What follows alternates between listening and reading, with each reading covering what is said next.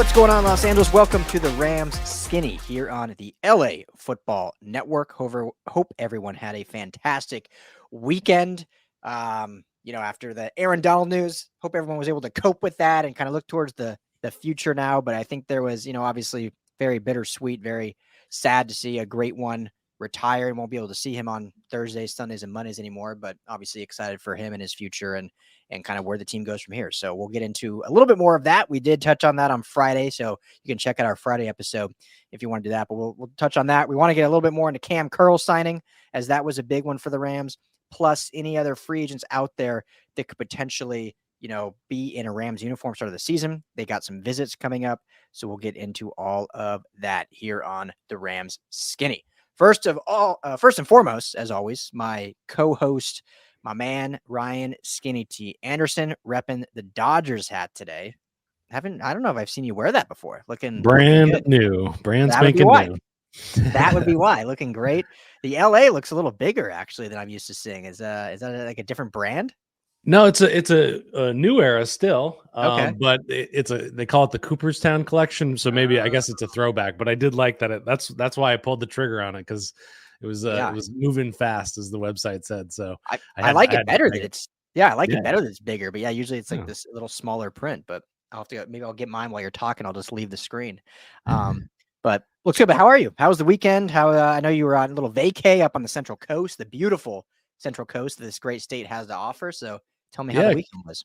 Yeah, Cambria is a beautiful place to go. If you're ever in the neighborhood, definitely check it out. It's not super touristy, but it's kind of outside of Paso Robles. So if you do some wine tasting, definitely head to the ocean. Didn't disappoint, never does. Good food, beautiful views, beautiful weather, just nice and relaxing getaway.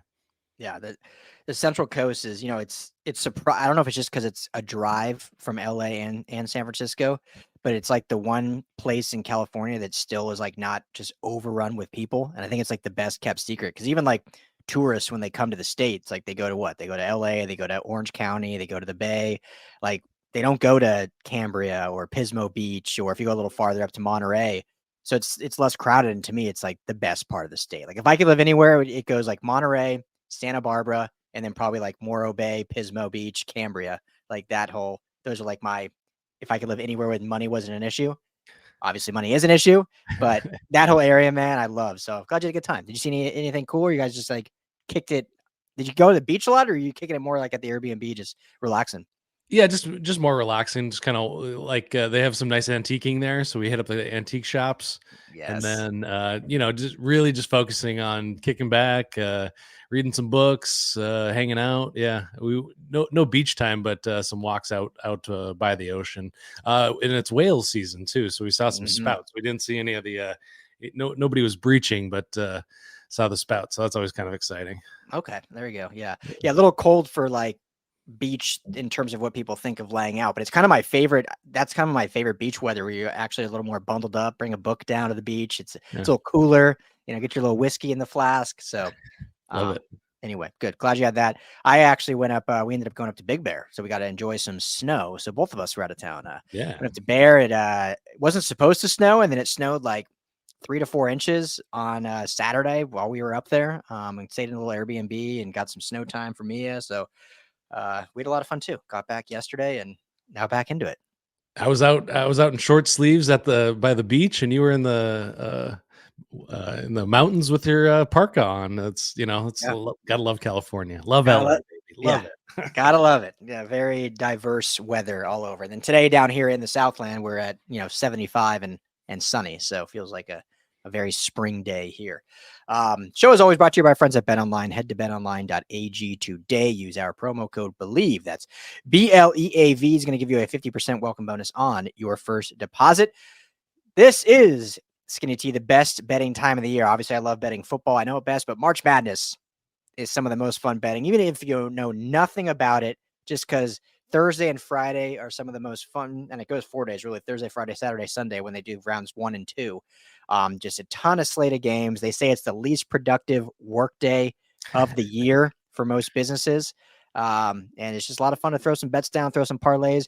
You can do it all at betonline.ag and tell them the guys at the Rams Skinny sent you. So let's go ahead and jump into this. We won't talk too long. We talked, a whole episode about Aaron Donald. We could talk more, obviously, just paying our respects, but just did want to mention there's been some updates, I guess.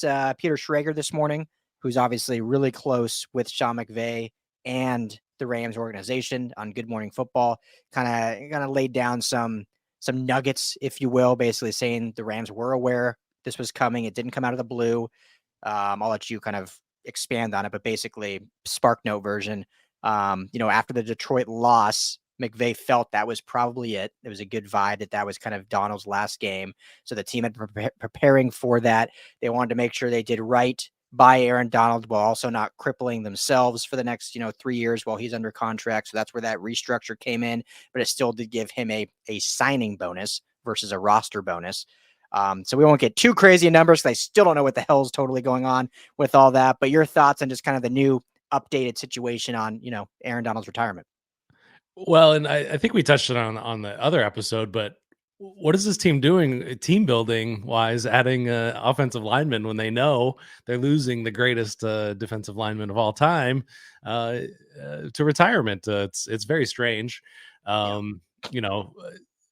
Still, this offense is going to be really interesting, but the defense certainly didn't get any better with this. So, that's some confusion. There are some conflicting numbers out there. Peter Schrager did drop that he was going to be just going to cost the team about $1 million this year, which conflicts greatly to what Over the Cap put out, which is about $24 million cap hit for this year. So I don't know if Schrager's got the inside track on that. If he's heard something, if that's the case, that'd be incredible.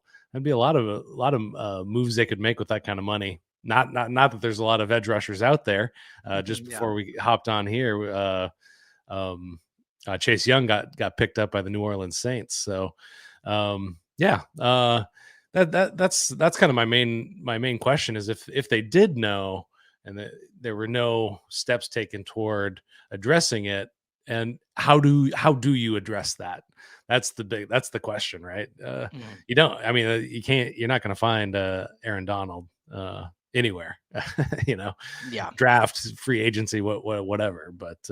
But you look at the depth chart. You got Kobe Turner on the depth chart for the defensive line. Bobby Brown's probably going to move into a starting role, and then Desjuan Johnson. The famous Desjuan Johnson everybody knows and loves. Yeah.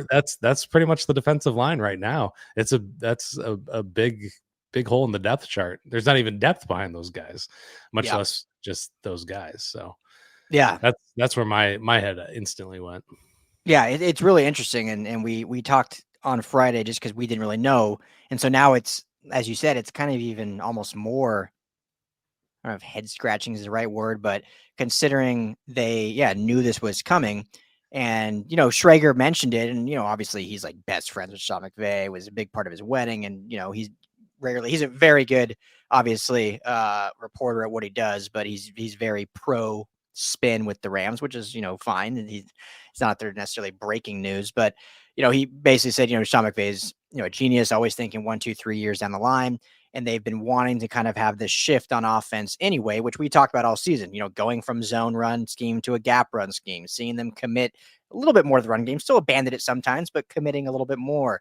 Obviously now investing in the offensive line. So those all come in line, and that's great. And overall, we like the moves. And you look at that center front with Dotson, with the added Jackson, and with Steve Avila, not Avila. We've been saying it incorrectly, or I have at least. So I know our new good friend, listener of the show, pointed that out. So thanks for letting us know that. But Steve Avila moving into center. So, very great moves there for the offensive line. But yeah, to your point, it's just so interesting.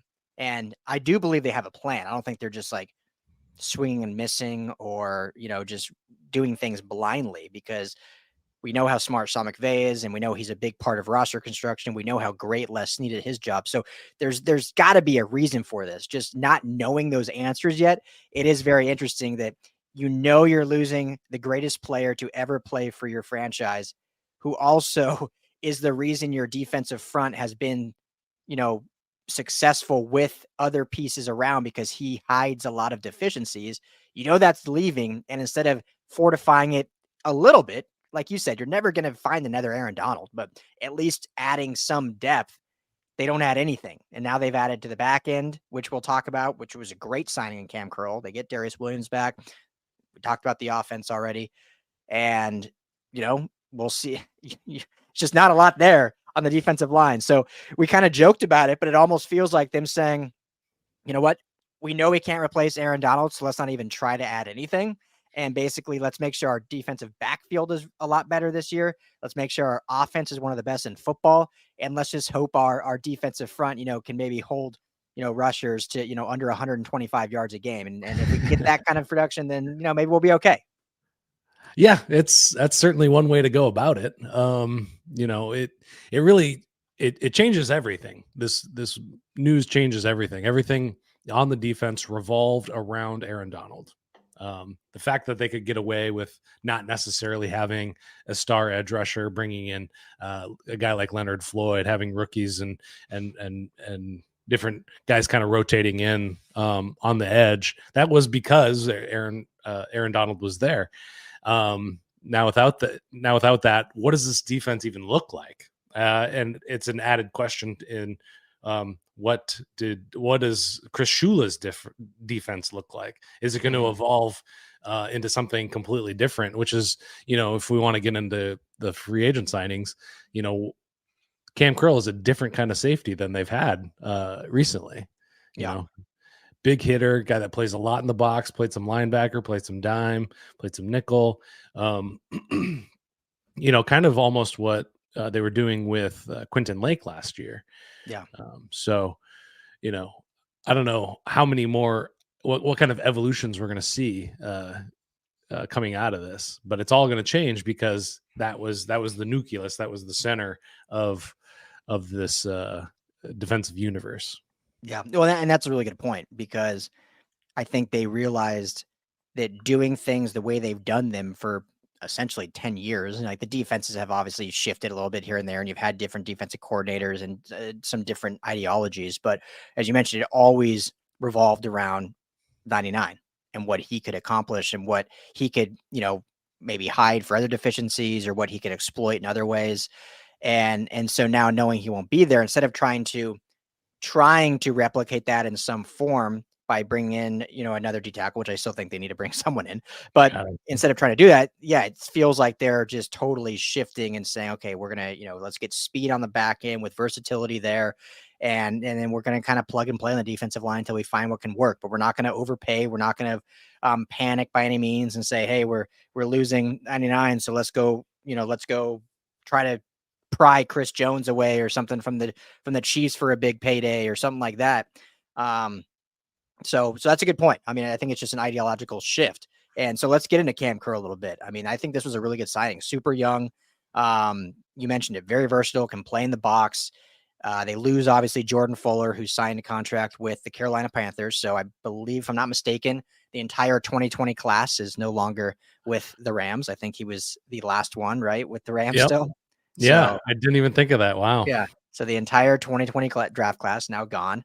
Not one of Les's best draft class, but I've talked about this before. That's actually surprisingly more common than people think. A lot of people will look at that and say, wow, what a horrible draft. But in reality, when you look at your draft class 4 years later, if you basically can re-sign 2 to 3 guys in that class, that was a really good class. It's not not great losing all of them, but it's not as uncommon as people think. But anyway, so your thoughts on Cam Kurl overall, because I think this was a really good signing, especially 2 years, $13 million. I mean, not a bad payday either. Yeah. No, I like, this is my favorite signing so far. I think it makes me curious. Like I was saying, what's this defense going to look like? He's a big hitter. He's a physical guy. Definitely lacked that last year. I think Rust East was probably the most physical guy out there. And, as you were saying about the potential of adding Justin Simmons, and it changes a little bit, but at each level, you've got a guy that is kind of the general of that. So in the backfield, you got Cam Kurl, you got Ernest Jones in the middle, And then, now the question is who's up front, who's the general up front. So, and with the amount of attention that Donald did bring, having a guy that can play in the box, that can stop the run, it's going to be huge. And Cam Kurl is that guy. So, I think that's a fantastic signing. Yeah, and like I mentioned, still young. I think I said 25. He's actually 24 years old. Wow. So lot of football left, and it's only it's a small deal. But what 3 picks I think recently, or 3 interceptions, excuse me, over his career. Not just last year, but yeah, this is a guy that was developed, a former 7th round pick out of Arkansas. So a guy that's developed well and now gets rewarded for it. I love as soon as he signs with the Rams, or has the tweet of Matthew Stafford from the Super Bowl waving after winning the Super Bowl. So that was good. It's like, all right, this guy wants to be a Ram. He's here. So I think he's just going to be a welcome addition. And so we'll see now. So as it stands right now, things are still going to change. Obviously, I think they'll still maybe add 1 or 2 guys free agency, and then obviously the draft. But as it stands right now, most likely we're going to see Kurl and Yeast as your 2 back end guys. Darius Williams. You think Kendrick? That's as the other starting corner. That's where they're at right now. Yeah. And then, Kobe in the middle. Kobe, and then Quentin Lake as the star or money in those situations. That's probably is this probably what the back end looks like in your mind? That's what I'm thinking. Yeah. Okay. So, I mean, how do you feel about that back end as it stands? I feel better. I feel a bit better about it. They're hosting a Tre'Davious White visit sometime soon. That's an interesting one. Not in love with that one just because he's been so hurt over the last 2 years, both ACL and Achilles injury on the right leg, and an older guy. But I mean, it's what are they going to do in the draft is kind of kicking the can down the road a bit to answer the question, because now they do have, they didn't answer any of my questions on defense yet. I mean, the safety, but there's still questions, Yeah. Still have questions about cornerback. So outside cornerback, that's, they can get, Cooper DeJean is somebody that's been talked about. I think he's a plug and play player. Yeah. Be really, really great in the defense.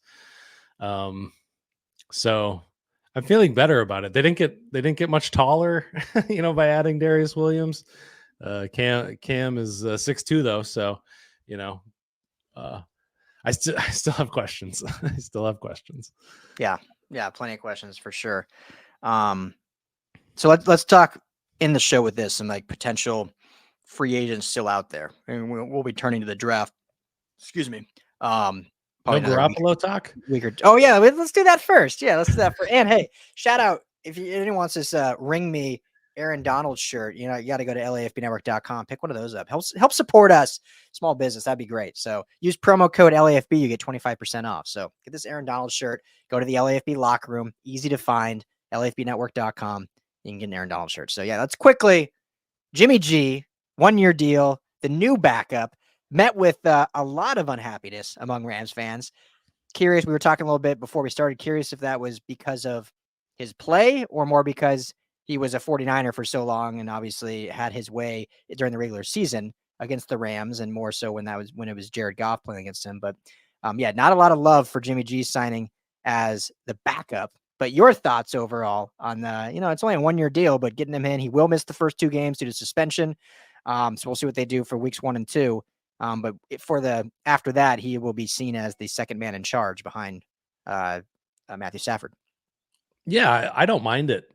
His biggest knock is that hasn't been healthy for very long. Again, he missed a bunch of games this year as well. Came back at the very end. He played in week 18. I don't know if the Raiders situation is the best way to judge a quarterback. Yeah. Because that's fair. So, but as a backup, you're not going to be, the health thing isn't as big of a deal, right? Because, you're not playing week in and week out. So hopefully he'll be able to rest those weary bones and ligaments and all that stuff. And, last time we saw him as a 49er anyway, He came in as a backup for Trey Lance and played really well. And I think LA is a better situation than Vegas was. He's not gonna have the pressure of being a starter. So as long as his deal is really good, it's a 1-year deal. I'm all for it. If it gets kind of in that $10 million range, then I don't love it as much, but I doubt it will be. I don't know. He sat in free agency for quite a while, and not a lot of people bid on it. But he's going to be back in that Shanahan McVay system, which he was good in, and he proved that he can win games in that system. He's not Matthew Stafford. He doesn't have that arm strength. He's not. He doesn't offer really anything different in terms of what Matthew Stafford offers. Whereas Carson Wentz is just a big guy. That kind of changes some stuff, which I liked. But this is like when they signed Blake Bortles to me. It's like he's a great backup. Yeah. I think if you're setting him with the anticipation that he will take over as the starter one day, then which obviously they don't, because they only give him a 1-year deal. What's funny, what's really interesting. Oh, never mind. Okay. Sorry, I was going to say something else that actually wasn't. It hadn't updated on one end, but it was updated the other end. So, but yeah, I mean, I think it's fine for a backup. This makes me believe Carson Wentz was asking for way too much money. He also, we know, and we've talked about a lot, he wants to probably go somewhere one more time to be able to compete for a starting job, which that isn't here. He's running out of places as well. But my guess is he either wants that or, a solid payday to be a backup. And so I'm guessing Jimmy G is going to be cheaper than what Wentz will eventually sign for, unless Wentz fully runs out of options and then has to settle. And you get that, there's that gamesmanship aspect, right? Like you get him from your rival. Maybe he'll give you some secrets of Shanahan and some stuff that, when he was with the organization that they did on offense that can help this new look defense out a little bit. So, maybe some gamesmanship there. And yeah, I mean, it's for the backup quarterback. It's better than what they went into with last year with Brett Rippon. It's better, honestly, than what they've had since probably Blake Bortles, when they had with John Walford and Bryce Perkins and then Brett Rippon. I mean, he's the most solid backup out of that group. He's a guy, if Stafford were to go down, fans, whether you like him or not, because of his history and being a Niner, you should feel good that he can win you a game or two. Like, I think everyone should feel better about that based on what Wentz maybe would have been better. But again, we don't know behind the scenes. I'm sure it was a money issue or just him wanting to be able to start. But out of the other backups there, and we still don't know a lot on Stetson Bennett. I know he's been practicing again down in Texas, but we haven't had an update on what his status is with the Rams. But even if he was going to be back with the Rams, no logical person can sit here and say they would feel better about Stetson Bennett coming into a game for an injured Stafford than Jimmy Garoppolo. I mean, Jimmy Garoppolo has played in the Super Bowl. He's a better backup than what was out there. So for a backup quarterback on a 1-year deal, I don't see a problem with it. I don't. Yeah. I'm fine with it. Yeah. I'm not losing sleep over him as the backup. I think, you just feel better. That's how you got to look at the backup, right? Like, is this a guy that can win games if called upon? If your backup is someone you're grooming to become a starter, that's different. Right. But if you're signing a vet to come in and just kind of be in the room, there's a lot of off the field stuff, run scout team, different ththings like that, then this is a good signing, especially with who is left out there. So we'll see when the official contract comes out, but I'm surprised it hasn't yet, but they just announced the Cam Kurl signing this morning also. So they're just taking a little longer to announce these signings that happened over the weekend. So with that being said, based on who is left out there, let's just talk a little bit back and forth on some potential guys. We just saw Chase Young go off the board. I don't know if it's official, but reports are he's signing a deal with the New Orleans Saints. So no longer is Chase Young an option for the Rams at edge. So getting even less and less optionality for sure at that position, but others as well. But let's talk, and we'll just go back and forth. Give me a name that's out there still that it doesn't even have to be a perfect fit, but just some intriguing names out there that you think, hey, this is a guy. Well, okay, let me back up. I'm sorry. I'm all over the place. Mondays are always crazy. My head's all over. You mentioned it, but I at least want to touch on it a little more. Tre'Davious White is set to visit with the Rams. You kind of alluded to your thoughts on it, but just give me a little deeper on that. Your thoughts on the potential of Tre'Davious White if he, doesn't leave LA and stays here with a contract. Your thoughts on that? Yeah, I think he hasn't played a full season since his second season in the league. He's played 10 games in the last 2 seasons combined. ACL and Achilles injury. Don't like that. He was obviously in the conversation for Defensive Player of the Year in 2019. Had some great production in that, but that was a long time ago. He's not a spring chicken any longer. Again, I think he's under 6 feet. It's not the end of the world. I mean, he's 5'11". That doesn't disqualify him at all, but it's not my favorite option out there. My favorite option out there for cornerback is a 1-year deal for Stephon Gilmore. Played really well last year. Would bring a ton of experience. But do you have any thoughts on Tre'Davious White? Do you have a more rosy outlook than me? Yeah, I'll keep it quick, and then I want to hear more about Stephon Gilmore because that's interesting. I do probably have a little rosier outlook, but it all depends on what the deal is and the prices. I mean, this is a guy that could be an all-pro if healthy. Now that's the big thing, if healthy. And we've seen the Rams, not have the best luck with injury-prone guys actually being healthy when they come here. Usually that's with the draft more than it is free agency. But if they run some tests or if he's medically cleared, I know he's still, coming back from it anyway. So I don't know how that exactly will work, but obviously there'll be contract language around that and he'll have to meet certain benchmarks to get it. But if the money's right, I mean, this is a guy that can be your true shutdown corner if healthy. And I believe he's 29. So this is going to be his last big contract.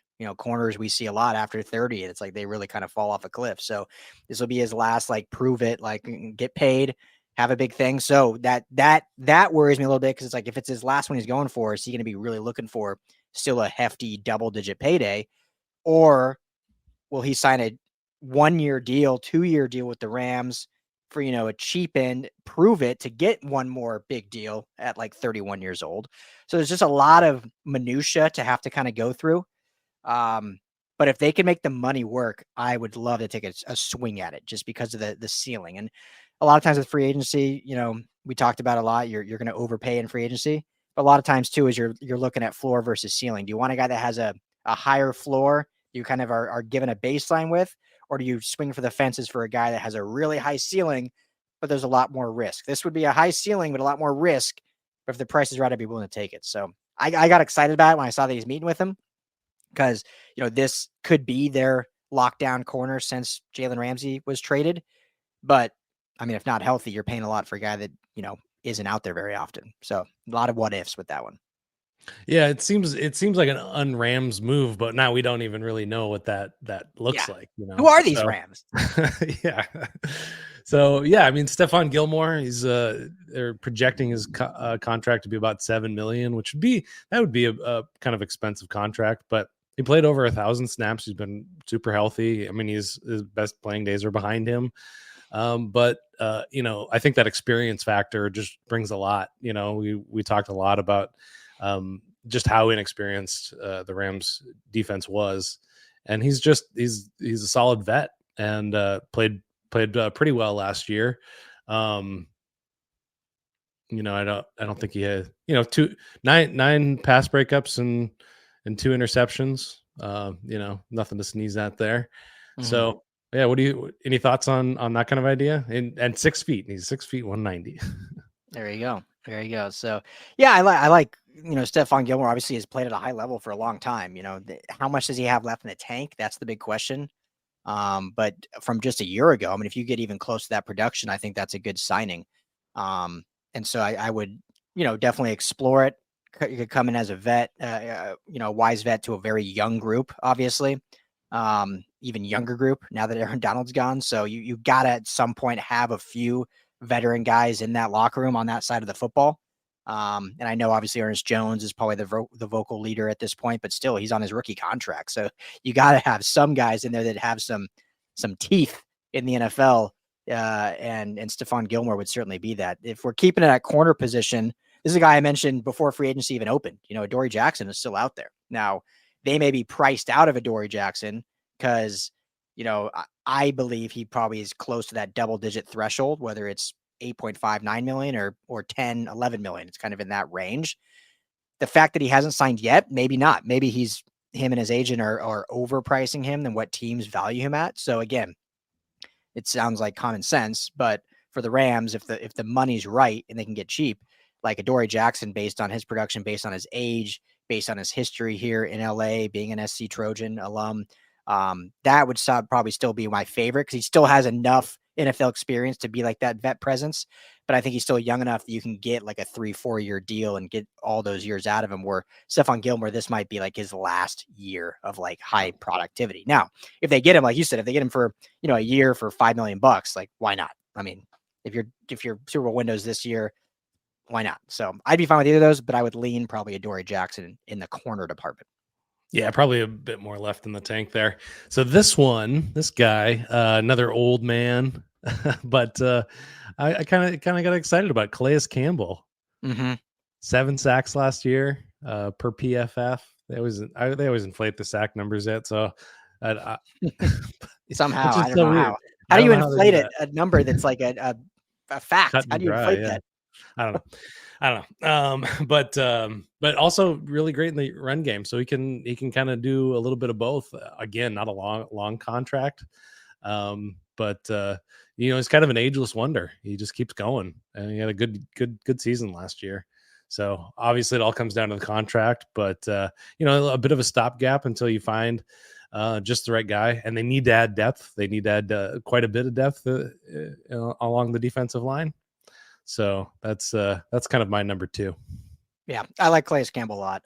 Again, yeah, you said it, ageless wonder. I mean, he's 37 years old and still productive, and we just talked about needing kind of a vet presence. And if you get one on the back end, you got to get one on the front too. And no one's going to replace Aaron Donald and his production and what he's able to bring to the defensive front. But here's a guy that has been there, done it on a lot of different defenses, has done it around the NFL and been productive pretty much every stop he's been at. And so he's gotten double teams most of his career. So a guy that can help free up Kobe Turner or whatnot. And, I think at this point, it's safe to say the Rams will absolutely be drafting a defensive tackle in this draft. Not saying it's going to be their first selection or even their second, but with those 11 picks, one of those will be a defensive tackle. And having a guy like Calais Campbell on the roster, I think is a great move for, not nurturing is kind of a weird word for football, but for mentoring a rookie in that position. Cause I mean, you're literally right now, your mentor for the room is Kobe Turner, who's going into his second year. So you gotta have some age there at defensive tackle, just for not even Sunday production, but just during the week production and film study and stuff like that. And so Calais Campbell, I think, can give you a lot of value in that department, maybe even more so than what he can do on Sundays. But what he does during the week with his, what he's done for 17 seasons, I think can speak volumes for that young room. So I love the Calais Campbell one. I think that's a good one. Are there any edge rushers in free agency that are worth going after at this point? I think, we've got Jadeveon Clowney kind of tops the list for everybody. Yeah. Not a typical Rams defensive, like outside linebacker, more of the DN, hand on the ground kind of guy. But I mean, we dropped a couple. We got like Michael Dana, still my guy. Michael Dana, I'm not sure. The Seattle Seahawks ended up picking up Darrell Taylor, so he's off the board, and he was another one of my kind of sleeper picks. For edge. But this was in a pre-retirement world. So yeah, exactly. This was pre Aaron Donald no longer being here. Yeah. There's. You just look at names. Randy Gregory, he's 32. He hasn't been productive the last few seasons. Got a big payday from the Broncos a couple years ago. That obviously didn't work out as they, released him mid-season last year. He goes to San Francisco, doesn't do much to aid their Super Bowl rung, but he's a guy that has had some production, brings some age with him. So Gregory is the name we could maybe look for. Charles Harris, as we mentioned, I think 2 episodes ago, from Detroit. I believe he's still out there. It's hard to see what's updated and what's not all the time. Yeah. But he's a guy that, at least has some talent on that side. And obviously there's familiarity. He's a free agent, so you can do what you want. But obviously Brad Holmes and Les Snead are very close. And I'm sure they could have some conversations about how that, how his play was with the Lions and whether he could be a good fit. I mean, Bud Dupree, I guess, is out there. Well, we talked about Van Noy. I'm still in favor of that one. Van Noy would still be my outside of Van Noy would be my number one choice still. Which I could see that happening, especially because he was in LA with the Chargers, so he knows the LA area and he gets to choose. I mean, the first wave is over, so he's probably one of the top, even at 33 or 34 years old, he's got to be one of the top names still out there. And so he'll probably have, where do I want to play? Do I want to play in beautiful LA for a contender in the Rams, or do I want to play for potentially another contender, but in a different city? So I think Van Noy is still probably my, top choice for sure at edge. Yeah. Anybody else on your list? Any other wild cards? My wild card is taking a swing on J.K. Dobbins at running back. Ooh, running back. Okay. Yeah. I'm completely contradicting myself with kind of what I was saying about Tre'Davious White as injury risk, but bringing him in a speedster that was never really was able to find his footing and with the Ravens, but kind of flashed when he was playing. Give him a chance to see, give him a nice warm landing spot here in LA. And, I think the most or second most healthy team last season, and they've had that track record. So, that's a good selling point. But they got to add in the backfield, and taking a chance on a young guy like that. He's under 25, I think, still, even though he's been hanging around for a few years. That and or Deontay Foreman, who's just a big bruiser of a dude, 6 feet tall, 235 pounds, add a little heft back there. That'd be interesting. Yeah, that's I like that. That would be definitely interesting and one to keep an eye on. A real wild card here. And I don't know if they if they want to add more to the offensive line, but I believe David Bakhtiari is still out there, right? Tackle. Yeah. And Alaric Jackson showed some good things, but hey, you get a Bakhtiari as your left tackle, and with what they did in the center of the line, and obviously Havenson on the right, like all of a sudden you might have one of the best offensive lines in football. And they might still be in that running anyway. But I think as of now, if healthy, Bakhtiari is probably a little bit of an upgrade over Alaric Jackson. And then but it gives you some flexibility there. So don't see that happening. That's a true wild card, but crazier things have happened. Yeah, definitely. And then you really don't have to spend any draft capital on the offensive line. That's for sure. Yeah. The offensive line currently, with I think they've restructured everybody they're going to at this point. They're spending the fifth most in the league. Look at that. On offensive line. So look at that. It's impressive. Who would have thought Rams spending the fifth most? Yeah, at any position. So, I think we gave a good chunk of it. I still think Adoree Jackson is probably like my number one choice addition. Allen Robinson they could bring back if they really want. He's a free agent again. I think somebody could run out of town and I'm not going to back him up again. I'm not throwing my weight behind him ever again after what our good buddy Jamal said to me. Yeah, take us through the ringer on that one. Yeah.